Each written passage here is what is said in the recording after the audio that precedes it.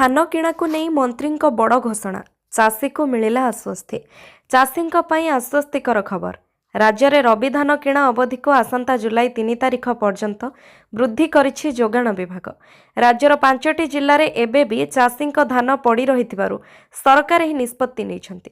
खाद्य जोगाण और खाउटी कल्याण मंत्री कृषक मानक प्रतिश्रुति दे कहिसंति जे समस्तंकर धान उठाजिबो एवं आगकु आउ अवधि बढ़ाइबार आवश्यकता पड़िबो नाही।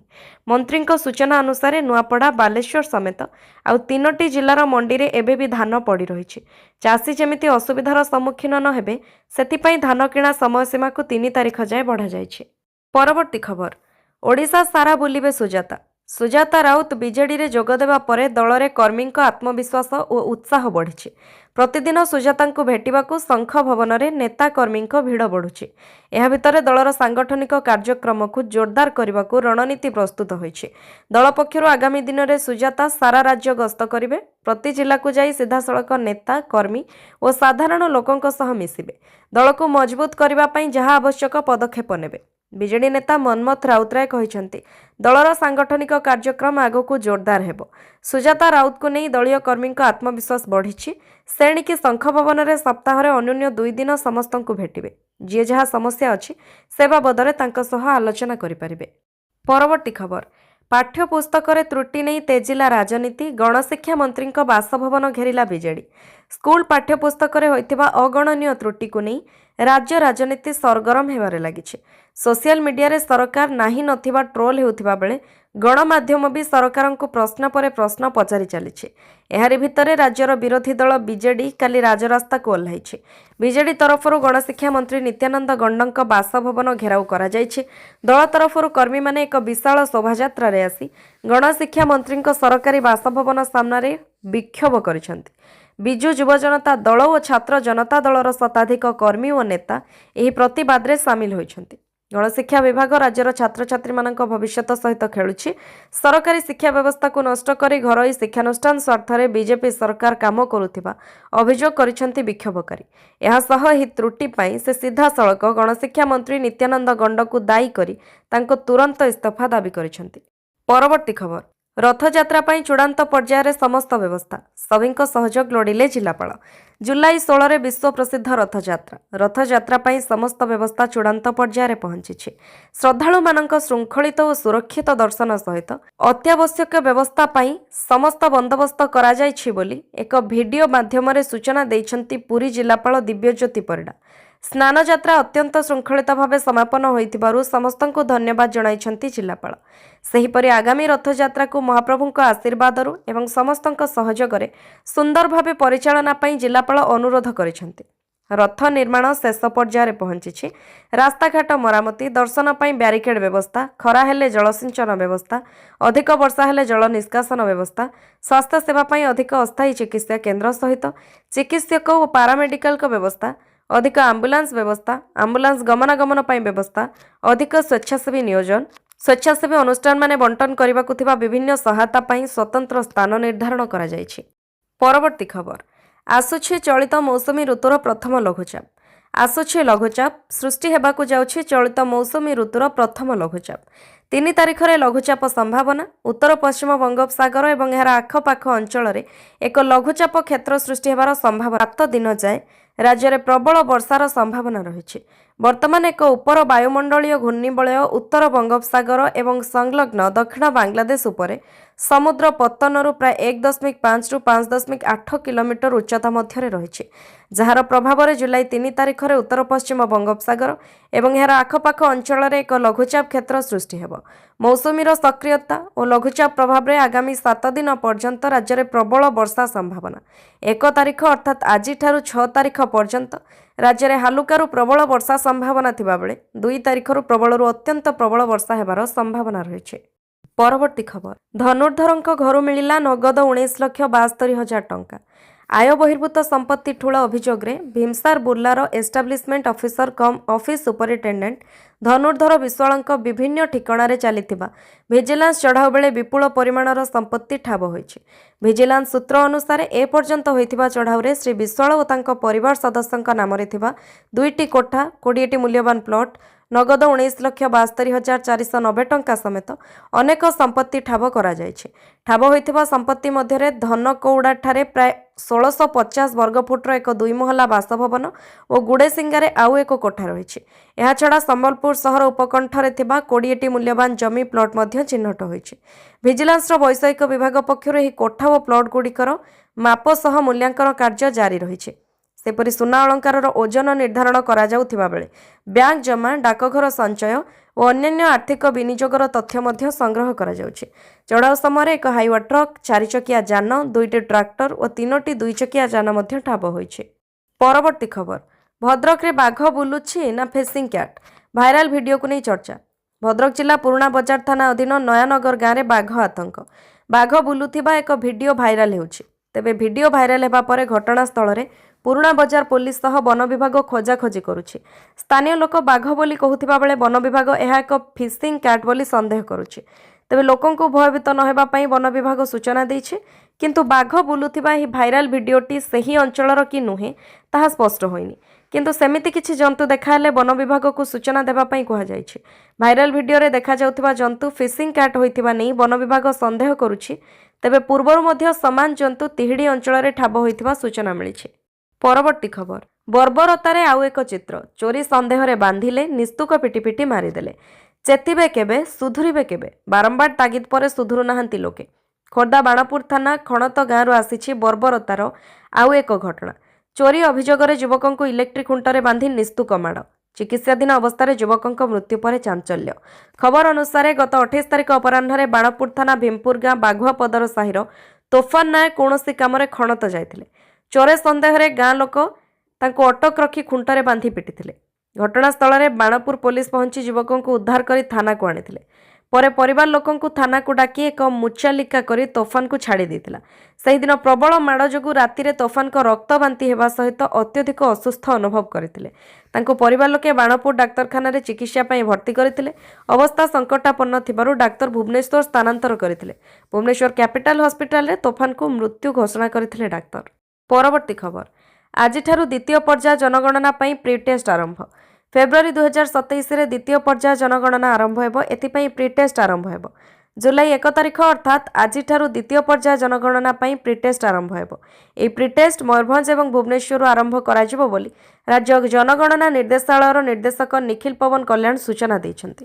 20 ଦିନ ଧରି ଏହି ପ୍ରି ଟେଷ୍ଟ ହେବ। 10ରୁ 15,000 ଲୋକଙ୍କୁ ନେଇ ପ୍ରି ଟେଷ୍ଟ ହେବ। ଏହାପରେ ଦ୍ୱିତୀୟ ପର୍ଯ୍ୟାୟ ପାଇଁ ଅଗଷ୍ଟ ମାସରୁ ଅକ୍ଟୋବର ମଧ୍ୟରେ ଟ୍ରେନିଂ ହେବ। ସେତେବେଳେ ସ୍କୁଲ ଖୋଲା ପାଇଁ ସ୍ୱତନ୍ତ୍ର ଭାବେ ଧ୍ୟାନ ଦେବୁ। ଏଥିପାଇଁ ଅଧିକ ଶିକ୍ଷକ ନିୟୋଜିତ ହେବେ। ୟୁନିଟ୍ ବ୍ଲକକୁ କଢ଼ାଯିବ ବୋଲି ନିଖିଲ ପବନ କଲ୍ୟାଣ କହିଛନ୍ତି। ପରବର୍ତ୍ତୀ ଖବର, କୋଳଥିଆ ଡବଲ ମର୍ଡର ମାମଲାରେ ବଡ଼ ଖୁଲାସା। ଭୁବନେଶ୍ୱର ଖଣ୍ଡଗିରି କୋଳଥିଆ ଡବଲ ମର୍ଡର ଘଟଣାରେ ବଡ଼ ଖୁଲାସା। ହତ୍ୟା ଘଟଣା ପଛରେ 2 ସ୍କୁଲ ଛାତ୍ରଙ୍କ ହାତ। ଜଣେ 10ମ ଓ ଜଣେ 12ଶ ଶ୍ରେଣୀ ଛାତ୍ର ହତ୍ୟାକାରୀ ବୋଲି କହିଲେ ସିପି ଏସ୍ ଦେବଦତ୍ତ ସିଂ। ଅଟକ 2 ଛାତ୍ରଙ୍କୁ ଜୁଭେନାଇଲ ଜଷ୍ଟିସ ବୋର୍ଡରେ ହାଜର କରାଯିବ। ମୃତକ କୃଷ୍ଣ ପ୍ରସାଦ ପାଢ଼ୀ ବିଏସସି ଦ୍ୱିତୀୟ ବର୍ଷର ଛାତ୍ର ଥିଲେ। 2 ଛାତ୍ରଙ୍କର ଜଣେ ଝିଅ ସହପାଠୀଙ୍କୁ କୃଷ୍ଣ ହଇରାଣ କରୁଥିବାରୁ ଏହାକୁ ନେଇ ପ୍ରାୟ ବର୍ଷେ ହେଲା ବିବାଦ ଥିଲା। ତେଣୁ ସେମାନେ ହତ୍ୟା ଷଡ଼ଯନ୍ତ୍ର ରଚିଥିଲେ। କୃଷ୍ଣଙ୍କ ଘରକୁ ଲଙ୍କାଗୁଣ୍ଡ, ରଡ୍ ନେଇ ମୁଖା ପିନ୍ଧି ଯାଇଥିଲେ। 2 ଛାତ୍ରଙ୍କର ପୂର୍ବରୁ ଅପରାଧିକ ରେକର୍ଡ ନଥିଲେ ବି ଏହା ଯୋଜନାବଦ୍ଧ ହତ୍ୟା ଥିଲା। ନିର୍ଦ୍ଦିଷ୍ଟ ଝିଅକୁ କୃଷ୍ଣ ହଇରାଣ କରିବାରୁ ହତ୍ୟାକାଣ୍ଡ ଘଟାଇଥିବା ସିପି କହିଛନ୍ତି। ଆକ୍ରମଣରେ ଗୁରୁତର କୃଷ୍ଣଙ୍କ ବାପାଙ୍କର ମଧ୍ୟ ଚିକିତ୍ସାଧୀନ ଅବସ୍ଥାରେ ମୃତ୍ୟୁ ହୋଇଛି। ଆକ୍ରମଣରେ ଗୁରୁତର କୃଷ୍ଣଙ୍କ ଭଉଣୀ ଏବେ ଚିକିତ୍ସାଧୀନ ଅଛନ୍ତି। ପରବର୍ତ୍ତୀ ଖବର, ରାଇରଙ୍ଗପୁର ପୋଲିସ ଜିଲ୍ଲାରେ ଯୋଗଦେଲେ 100 ପୋଲିସ କର୍ମଚାରୀ। ଜୁନ୍ 19 ତାରିଖରେ ରାଷ୍ଟ୍ରପତି ଦ୍ରୌପଦୀ ମୁର୍ମୁଙ୍କ ମୟୂରଭଞ୍ଜ ଗସ୍ତ ସମୟରେ ରାଇରଙ୍ଗପୁର ପୋଲିସ ଜିଲ୍ଲା କାର୍ଯ୍ୟାଳୟର ଉଦ୍ଘାଟନ କରିଥିଲେ। ପ୍ରଥମ ଆରକ୍ଷୀ ଅଧୀକ୍ଷକ ଭାବେ ସୁରେଶ ଚନ୍ଦ୍ର ପାତ୍ର ଯୋଗ ଦେଇଛନ୍ତି। ବର୍ତ୍ତମାନ ନୂତନ ପୋଲିସ ଜିଲ୍ଲା ନିମନ୍ତେ ଆବଶ୍ୟକ ଥିବା ପୋଲିସ ଅଧିକାରୀ ଓ କର୍ମଚାରୀଙ୍କ ମଧ୍ୟରୁ 100 ଜଣଙ୍କୁ ନିଯୁକ୍ତି ଦିଆଯାଇଛି। ମଙ୍ଗଳବାର ସମସ୍ତେ ନିଜ କାର୍ଯ୍ୟକ୍ଷେତ୍ରରେ ଯୋଗ ଦେଇଛନ୍ତି। ଆରକ୍ଷୀ ଅଧୀକ୍ଷକ ପାତ୍ର ସେମାନଙ୍କୁ ଫୁଲତୋଡ଼ା ଦେଇ ସ୍ୱାଗତ କରିବା ସହିତ କର୍ତ୍ତବ୍ୟନିଷ୍ଠ ଓ ସ୍ୱଚ୍ଛତାର ସହକାରେ କାର୍ଯ୍ୟ କରିବାକୁ ପରାମର୍ଶ ଦେଇଛନ୍ତି। ପରବର୍ତ୍ତୀ ଖବର, କଂଗ୍ରେସ କର୍ମୀ ଗର୍ଜିଲେ, ଶିକ୍ଷାମନ୍ତ୍ରୀଙ୍କ ଘର ଆଗରେ ଜଗିଲେ ବିଜେପି କର୍ମୀ। ପ୍ରଥମରୁ ଅଷ୍ଟମ ଶ୍ରେଣୀ ବହିରେ ଥିବା ବ୍ୟାପକ ତ୍ରୁଟି ବିଚ୍ୟୁତି ବିରୋଧରେ ଜିଲ୍ଲା କଂଗ୍ରେସ ପକ୍ଷରୁ ଉମରକୋଟ ବିଧାୟକ ତଥା ରାଜ୍ୟ ଗଣଶିକ୍ଷା ମନ୍ତ୍ରୀ ନିତ୍ୟାନନ୍ଦ ଗଣ୍ଡଙ୍କ ବାସଭବନ ଘେରାଉ କରିବାକୁ ଚେତାବନୀ ଦେଇଥିଲେ। ଏହି ଚେତାବନୀକୁ ନେଇ ବିଜେପି ଓ କଂଗ୍ରେସ କର୍ମୀ ମଧ୍ୟରେ ଏକ ରୋଚକ ମୁହାଁମୁହିଁ ଦେଖିବାକୁ ମିଳିଛି। କଂଗ୍ରେସର ଗର୍ଜନ ଦେଖି ମନ୍ତ୍ରୀଙ୍କୁ ସୁରକ୍ଷା ଦେବାକୁ ବିଜେପି କର୍ମୀମାନେ ଅଣ୍ଟା ଭିଡ଼ିଛନ୍ତି। गणशिक्षा मंत्री नित्यानंद गण्डଙ୍କ व्यक्तिगत बासभवन को मंगलवार संध्या 4टारे घेराव कराजिबो बोली जिला कांग्रेस सभानेत्री लिपिका माझी घोषणा करथिले। एहाकु नै काली उमरकोटठारे पूर्वाह्नरू राजनैतिक उष्मता वृद्धि पाइथिला। मंत्री वर्तमान भुवनेश्वर थिबा बेले मंगलवार अपराह्न 3टारू उमरकोट सहर ब्लॉक और रायघर ब्लॉक और महिला मोर्चार प्राय 300 ऊर्ध्व बीजेपी कर्मी माने मंत्री बासभवन सम्मुखें एकत्रित होते। लिपिका माझी हाय हाय, कांग्रेस दल हाय हाय बोली नारा दे शताधिक बीजेपी महिला नेत्री माने झाड़ू धरी नाराबाजी करथिले। परवर्ती खबर, 10म श्रेणी छात्री को करुथिला प्रेम निवेदन, मना करिबारु जाली मारिबाकु उद्यम। 10ମ ଶ୍ରେଣୀ ଛାତ୍ରୀକୁ ପ୍ରେମ ନିବେଦନ ଓ ବିଫଳ ହେବାରୁ ହତ୍ୟା ଉଦ୍ୟମ କରୁଥିବା ଜଣେ ବିବାହିତ ପୁରୁଷକୁ ଗିରଫ କରିଛି ପୋଲିସ। ବ୍ୟକ୍ତି ଜଣକ ପୂର୍ବରୁ 3 ଥର ବିବାହ କରିଥିବା ବେଳେ ଏଭଳି ଜଘନ୍ୟ କାଣ୍ଡ ଭିଆଇବାକୁ ନେଇ ଅଞ୍ଚଳରେ ବେଶ ଚର୍ଚ୍ଚା ହେଉଛି। ତେବେ ପୋଲିସ ବ୍ୟକ୍ତିଙ୍କୁ ଗିରଫ କରି ତଦନ୍ତ ଆରମ୍ଭ କରିଛି। ସୂଚନା ଅନୁସାରେ ଭଦ୍ରକ ଜିଲ୍ଲା ଧୂସୁରୀ ଥାନା ଅନ୍ତର୍ଗତ ଅସୁରାଳି ଫତେପୁର ଅଞ୍ଚଳର ଜଣେ 10ମ ଶ୍ରେଣୀ ଛାତ୍ରୀ ସ୍କୁଲ ଯାଉଥିବା ବେଳେ ବନ୍ଧମୁଣ୍ଡ ଗାଁର ଦିଲ୍ଲୀପ ଜେନା ଓରଫ ରାଜୁ ତାଙ୍କୁ ଅଟକାଇଥିଲା। ଏହି ସମୟରେ ରାଜୁ ଛାତ୍ରୀ ଜଣକୁ ପ୍ରେମ ନିବେଦନ କରିଥିଲା। ହେଲେ ଏଥିରେ ଅରାଜି ହେବାରୁ ରାଜୁ ସାଙ୍ଗରେ ଆଣିଥିବା ପେଟ୍ରୋଲ କାଢ଼ି ଛାତ୍ରୀଙ୍କ ଉପରେ ଢାଳି ଦେଇଥିଲା। ତେବେ ଦିଆସିଲି କାଢ଼ି ନିଆଁ ଲଗାଇବାକୁ ଉଦ୍ୟମ କରିବା ବେଳେ ସ୍ଥାନୀୟ ଲୋକେ ଅଭିଯୁକ୍ତଙ୍କୁ କାବୁ କରି ପୋଲିସ ଜିମା ଦେଇଥିଲେ। ପରବର୍ତ୍ତୀ ଖବର, ଭାଣିଜୀକୁ ହତ୍ୟା ଘଟଣାରେ ମାମୁକୁ ଫାଶୀ ଦଣ୍ଡ। ଭାଣିଜୀକୁ ହତ୍ୟା ଘଟଣାରେ ମାମୁକୁ ହେଲା ଫାଶୀ ଦଣ୍ଡ। ଫାଶୀ ଦଣ୍ଡାଦେଶ ଶୁଣାଇଛନ୍ତି ଅତିରିକ୍ତ ଜିଲ୍ଲା ଦୌରା ଜଜ୍ ଆଡ୍ହୋକ୍ ପୋକ୍ସୋ କୋର୍ଟ। अभियुक्त मामू हेले सिपिरियान दिगाल। सूचनायोग्य 2022 एप्रिल 25 तारिख में गोइलुंडी विद्यानगर में होता हत्याकांड। 13 जन साक्षी बयान को भित्ति कर कोर्ट शुणाई राय। सिपिरियान निज पत्नी को हत्या अभियोग में पूर्व गिरफ हो फुलबाणी जेल रे थिले। फुलबाणी जेल पारोल रे निज भौणी घर को आसी निज भाणीजी को किरोसिन ढाली हत्या करथिले। तेबे अतिरिक्त जिला दौरा जज आडहक पॉक्सो कोर्ट फांसी दंड शुणाइथिबा कहिसंती सरकारी वकील। परवर्ती खबर, जेनेराल उपेन्द्र द्विवेदी अवसर। स्थलसेना मुख्य पदरु जेनेराल उपेन्द्र द्विवेदी काली अवसर ग्रहण करिसेंती। नुआ स्थलसेना मुख्य भाव दायित्व ग्रहण करिसेंती जेनेराल धीरेश सेठी। जेनेराल उपेन्द्र द्विवेदी अवसर नेवा पूर्व नुआदिल्ली रे जातीय स्मारकी रे देश पई प्राणबळी दैथिबा शहीद जवान माननकु श्रद्धांजलि अर्पण करथिले। तांकु गार्ड ऑफ ऑनर दिया जायतिला। विदाय समय जेनेराल द्विवेदी भावप्रवण होई जायतिले। से कहिसेंती भारतीय सेना सेवा करिबा तांको जीवनर सर्वोत्तम सौभाग्य। से सैनिक, पूर्वतन सैनिक, सेमानक परिवार एवं देशवासी प्रति कृतज्ञता ज्ञापन करिसेंती। जेनेराल द्विवेदी कहिसेंती भारतीय सेना निज दायित्व और कर्तव्य भल भाव संपादन करुछि। गत वर्ष ऑपरेशन सिंधुर एहार ज्वलंत उदाहरण बोली से कहिथिले। परवर्ती खबर, स्नान पूर्णमीठू 15 दिन 51 दैतापति परिवार। बड़देउल विधि सह जोड़ी होइछि सेवायत घर परंपरा। स्नान पूर्णमी ठारू 51 रहुछंती दैतापति परिवार। घरद्वार लिपापोछा हैला। महाप्रभुंक स्नान जल हांडीशाल रे छिंचा हैला। माटी रे तैयारी हैला चुली। नुआ माटी हांडी रे प्रस्तुत हैला हविषान्न। हांडीशाल रे रहिछंती पितृपुरुष बा बड़ बड़िया। हविष रांधी बड़ बड़ियांकु भोग लगाउछंती कुलबधू। एहा परे समस्ते हविषान्न ग्रहण करुछंती। 51 रे रहिबे दैतापति परिवार। स्नान पूर्णमी परे थिबा पतित पावनंकु पूजुछंती। पीढ़ी पर पीढ़ी घरर महिला माने संभाली यही सब रीतिनीति। स्नान विधि में महाप्रभुंक स्नान बढ़िला परे उक्त स्नान जल आसी सेमानंक हांडीशाल समेत नुआ करी तैयारी होइथिबा माटी चुली और हांडी रे छिंचा हैला। काठ चुली रे रंधा हैला हविषान्न और डाली। कंचा मुगरे कदली और सारू पड़ी रंधा जाए। हांडीशाल रे बड़ बड़ियांकु पूजा करागला परे समस्ते खाद्य ग्रहण करती। पुरुष और महिला माने एकान्न रुहंती। एपरिक अविवाहित झियो बाहरे रहिले संपूर्ण निष्ठारे रुहंती। परवर्ती खबर, एकतरफा प्रेमरू हत्या अभियुक्त को आजीवन कारादंड। भुवनेश्वर भीमटांगी प्रियंका प्रियदर्शनी साहू हत्या मामलें अभियुक्त को आजीवन कारादंड। 2021 मसीहा जुलाई मासरे भुवनेश्वर भीमटांगी हाउसिंग बोर्ड कॉलोनी रे प्रियंका को विभत्स हत्या करा जायतिला। प्रेमिक जगन्नाथ प्रधान तांको हत्या करथिले, जहाँ सारा ओडिशा रे चांचल्य सृष्टि करथिला। एकतरफा प्रेम को नहीं पूर्व योजनाबद्ध भाव हत्याकांड घटिथिला। ए मामलाରେ कोर्ट एही राय सुनाइछंती। प्रियंका प्रियदर्शनी साहू पूर्व विवाहित थिले। निज स्वामी और 3 वर्षर पुओ सह भीमटांगी रहुथिले। जगन्नाथ प्रधान नामक जड़े युवक जहां घर जाजपुर अंचल से प्रियंका को पूर्व जानिथिले एवं तांको एकतरफा भल पाउथिले। परवर्ती खबर, मोदी नेतृत्व को अमेरिकार प्रशंसा। संपर्क सुदृढ़ करने को प्रतिबद्ध। पुणी भारतर प्रशंसा करिछि अमेरिका। प्रधानमंत्री मोदी विदेश नीतिठू नहीं नेतृत्व को प्रशंसा करिछि अमेरिका।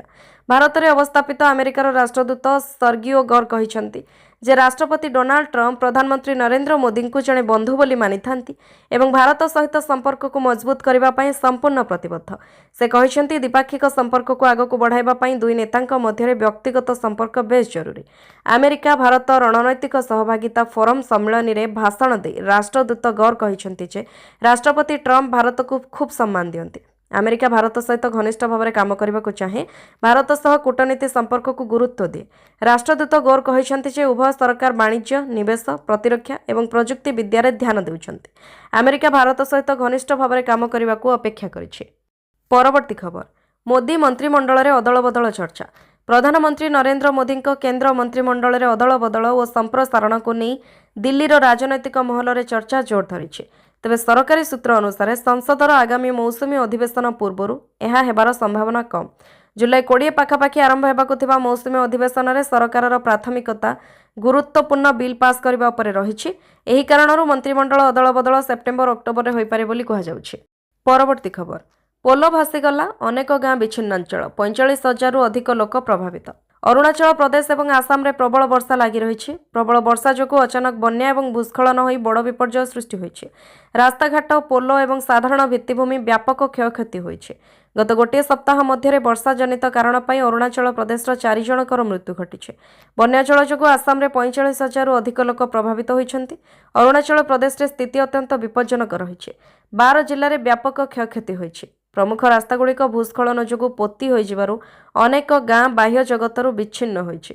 ଏଥିଯୋଗୁଁ ପରିବହନ ଏବଂ ରିଲିଫ୍ ଅପରେସନରେ ବାଧା ଉପୁଜିଛି। ଲୋୟର ଦିବାଙ୍ଗ ଭ୍ୟାଲି ଜିଲ୍ଲାରେ ଏକ ବଡ଼ ଉଦ୍ଧାର ଅପରେସନ ପରିଚାଳନା କରାଯାଇଛି। ସିସିରି ନଦୀ କୂଳରେ 4 ଜଣ ଫସି ଯାଇଥିବା ବେଳେ ସେମାନଙ୍କୁ ଭାରତୀୟ ବାୟୁସେନାର ଏକ ହେଲିକପ୍ଟର ଦ୍ୱାରା ଉଦ୍ଧାର କରାଯାଇଛି। ଅଚାନକ ବନ୍ୟା ଯୋଗୁଁ ଏଠାରେ ଅନେକ ପୋଲ ଭାସିଯାଇଛି। ପୂର୍ବ ସିଆଙ୍ଗ ଜିଲ୍ଲାରେ ବ୍ୟାପକ କ୍ଷୟକ୍ଷତି ହୋଇଛି। ପରବର୍ତ୍ତୀ ଖବର, ଧ୍ୱଂସାବଶେଷ ତଳେ ଜୀବନ ଖୋଜୁଛନ୍ତି ଉଦ୍ଧାରକାରୀ ଦଳ। ଭେନେଜୁଏଲାରେ ଗତ ସପ୍ତାହରେ ହୋଇଥିବା ପ୍ରଳୟଙ୍କରୀ ଭୂକମ୍ପ ପରେ ସ୍ଥିତି ଅତି ସଙ୍ଗୀନ ହୋଇପଡ଼ିଛି। ସରକାରୀ ସୂଚନା ଅନୁସାରେ ମୃତ୍ୟୁ ସଂଖ୍ୟା 1700 ଅତିକ୍ରମ କରିଥିବା ବେଳେ ବର୍ତ୍ତମାନ ଧ୍ୱଂସାବଶେଷ ତଳୁ ଲୋକଙ୍କୁ ଜୀବନ୍ତ ଉଦ୍ଧାର କରିବାର ସମୟ ଦ୍ରୁତ ଗତିରେ କମିବାରେ ଲାଗିଛି। ଏହା ମଧ୍ୟରେ ସୋମବାର ଅନୁଭୂତ ହୋଇଥିବା 4.6ରୁ 5.1 ତୀବ୍ରତାର ଭୂକମ୍ପ ପରବର୍ତ୍ତୀ ଝଟକା ବିପର୍ଯ୍ୟସ୍ତ ଅଞ୍ଚଳରେ ଭୟର ବାତାବରଣକୁ ଆହୁରି ବଢ଼ାଇ ଦେଇଛି। ହଜାର ହଜାର ଲୋକ ବାସହରା ହୋଇ ରହିଥିବା ବେଳେ ଏକ ବଡ଼ ଧରଣର ମାନବୀୟ ସଙ୍କଟ ସୃଷ୍ଟି ହୋଇଛି, ଯାହା ବର୍ଷ ବର୍ଷ ଧରି ଲାଗି ରହିପାରେ ବୋଲି ସହାୟତା ଗୋଷ୍ଠୀଗୁଡ଼ିକ ଚେତାବନୀ ଦେଇଛନ୍ତି।